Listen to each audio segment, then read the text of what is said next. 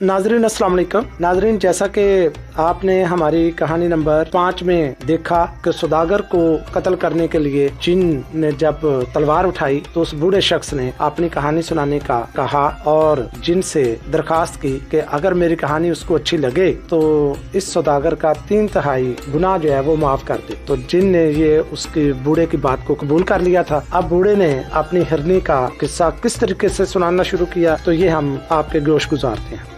उस बूढ़े शख्स ने कहा, ऐ जिन्नों के बादशाह, दरअसल ये हिरनी मेरे चचा की लड़की और मेरी बीवी है। अब से 30-40 साल पहले इससे मेरी शादी हुई थी। काफी मुद्दत गुजर जाने के बाद इससे कोई औलाद ना हुई। आखिरकार मैंने एक लौंडी खरीदी और उसके साथ शादी की जिससे एक लड़का पैदा हुआ।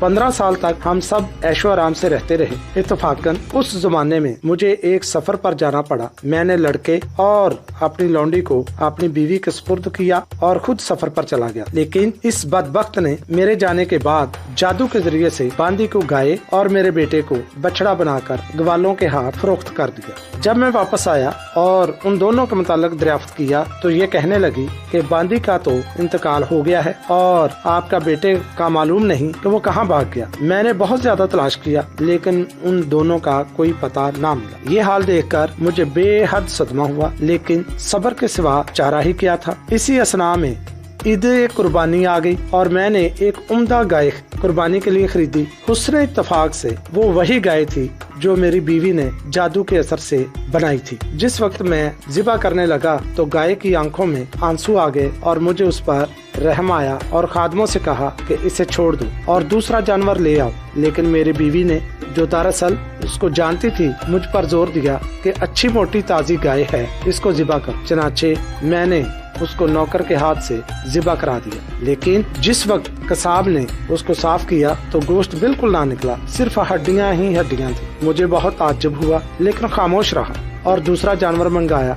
अब की मर्तबा एक बछड़ा लाया गया। जब मैं उसके करीब गया तो उसने अपना मुंह मेरे पैरों पर रख दिया और रहम तलब नजरों से मुझे देखने लगा। मैंने उसको छोड़ दिया और दूसरा बैल मंगा कर ज़िबा कर दिया। गो मेरी इस जालिम बीवी ने उसको ज़िबा करने पर भी बहुत जोर दिया था, लेकिन मैं ना माना। चंद रोज बाद एक घोसी यानी चरवाहा मेरे पास आया और कहने लगा कि मेरी लड़की जादू और सहर जानती है। जब मैं आपका बछड़ा जो आपने छोड़ दिया था वो अपने घर लेकर गया तो वो कहने लगी कि ये दरअसल जानवर नहीं बल्कि फलां सौदागर का बेटा है और उसकी बीवी ने उसको जादू के जोर से बछड़ा बना दिया और उसकी माँ भी गाय बनाई गई थी जो ईद के रोज ज़िबा कर दी गई है। ये हाल सुनकर मेरा दिल बैठ गया और मुझे इतना सख्त सदमा हुआ कि बयान नहीं कर सकता। खैर, मैं उसी वक्त पड़ोसी के घर आया और उस लड़की से कहने लगा, बेटी अगर तुम किसी तरह से इसे दोबारा इंसान बना दो तो मैं तुम्हें इतनी दौलत दूंगा कि जिंदगी भर किसी मेहनत की जरूरत ना रहे। लड़की ने कहा, मैं किसी दौलत की तालब नहीं, लेकिन 2 शर्तें हैं। एक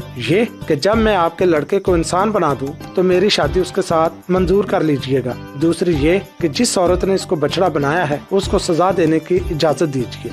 मैंने उसकी दोनों शर्तें मंजूर कर ली। लड़की उठी और एक बर्तन में पानी लिया, फिर उस पर कुछ पड़ा और इस बछड़े पर छिड़का तो फौरन ही बछड़ा इंसानी शक्ल में आ गया। मैंने अपने लड़के को सीने से लगाया और उसी वक्त उस लड़की की शादी उससे कर दी। बाद में इस लड़की ने मेरी बीवी को फौरन अपने शहर से हरनी बना दिया। चनाचे ये वही हरनी है जो इस वक्त मेरे हाथ में है। इत्तफाकन आज मैं इधर से गुजर रहा था कि इस सौदागर को यहाँ तन्हा देखकर उसके पास चला आया और उसके हालात सुनकर इसका अंजाम देखने को ठहर गया। आपने मेरी दर्द भरी दास्तान सुनी और उम्मीद है कि आप हस्बे वादा इस सौदागर का 1/3 कसूर माफ फरमाएंगे। जिन्होंने कहा, वाकई तुम्हारी दास्तान ताज्जुब खेज है और मैं इस सौदागर का 1/3 कसूर मुआफ करता हूँ। इस वक्त दूसरा शख्स जिसके साथ 2 कुत्ते थे आगे बढ़ा और कहने लगा, ऐ शाहे जिन, मेरी कहानी इससे भी हैरतनाक है। अगर आप इस सौदागर का 1/3 कसूर माफ करने का वादा करें तो मैं अपनी कहानी अर्ज करूं।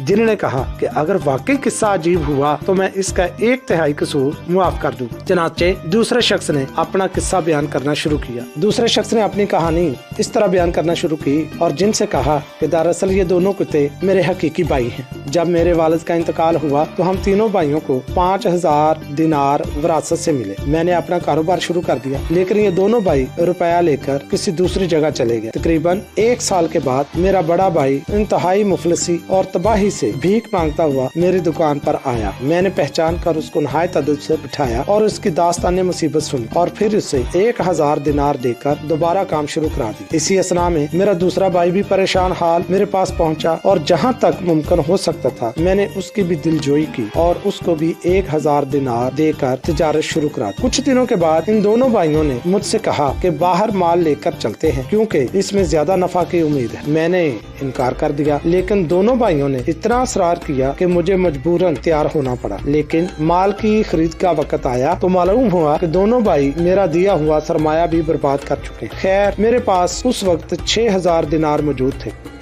3000 का माल तिजारत खरीदा और हम तीनों भाई सफर पर रवाना हो गए। 1 माह के सफर के बाद एक शहर में पहुंचकर हमने अपना माल अच्छे मुनाफा पर फरोख्त किया और वहां से दूसरा माल खरीद कर वापस चलने के लिए समंदर के किनारे आ गए। लेकिन इससे पहले कि जहाज पर सवार होते एक बहुत हसीन लड़की मेरे पास आई और मेरे हाथों को बोसा देकर कहने लगी कि मैं बेयारो मददगार हूँ, क्या आप मुझे अपने साथ रख सकते हैं? मुझे उस पर रहम आया और मैंने उससे निकाह कर लिया और अपने साथ जहाज पर सवार कर ली। मेरी बीवी बेहद फरमाबरदार और बड़ी नेक खसलत थी। मुझे उससे मोहब्बत होगी, मगर मेरे ये दोनों भाई ना जाने क्यों हमसे हसद करने लगे। चुनाचे एक दिन मौका पाकर उन दोनों ने मुझे और मेरी बीवी को समंदर में गिरा दिया। लेकिन मेरी बीवी जो हकीकत में परी थी मुझको बचा लिया और कहने लगी, तुम्हें देखकर मुझे ख्याल आया कि तुम्हारा इम्तिहान लेना चाहिए कि तुमको गरीबों और मुसीबतज़दों का भी कुछ ख्याल है या नहीं। चुनाचे मैं परेशान हाल लड़की की शक्ल में तुम्हारे पास आई। चूँकि तुमने उस वक्त मेरे साथ बहुत शरीफाना सलूक किया, इसलिए मैं तुम्हें कुछ इनाम भी देना चाहती। ये मेरी खुशी है, लेकिन तुम पर तुम्हारे भाइयों ने जुल्म किया है, लिहाजा इसकी सजा भी उनको जरूर दूं। मैंने कहा, बेशक इनका कसूर तो बड़ा संगीन है, लेकिन आखिर ये मेरे भाई हैं। इस वास्ते मैं चाहता हूँ कि तुम उनको सख्त सजा ना दो, बल्कि तंबीह कर दो कि आइंदा ऐसी हरकत ना करें। तो परी ने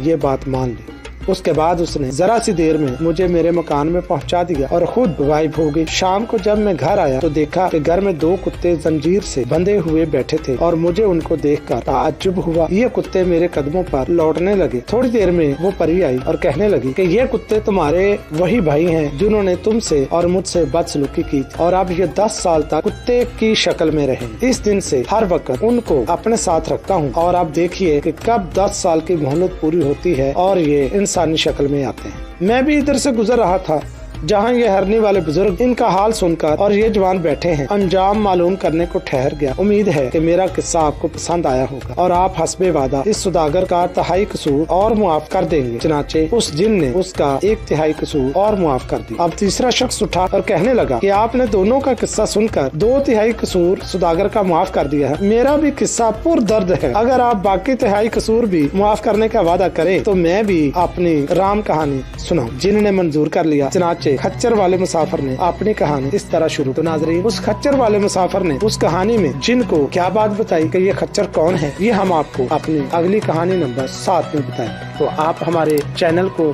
सब्सक्राइब करें, बेल आइकॉन पर क्लिक करें ताकि हमारी नई नई कहानियाँ आप तक पहुँचती रहे।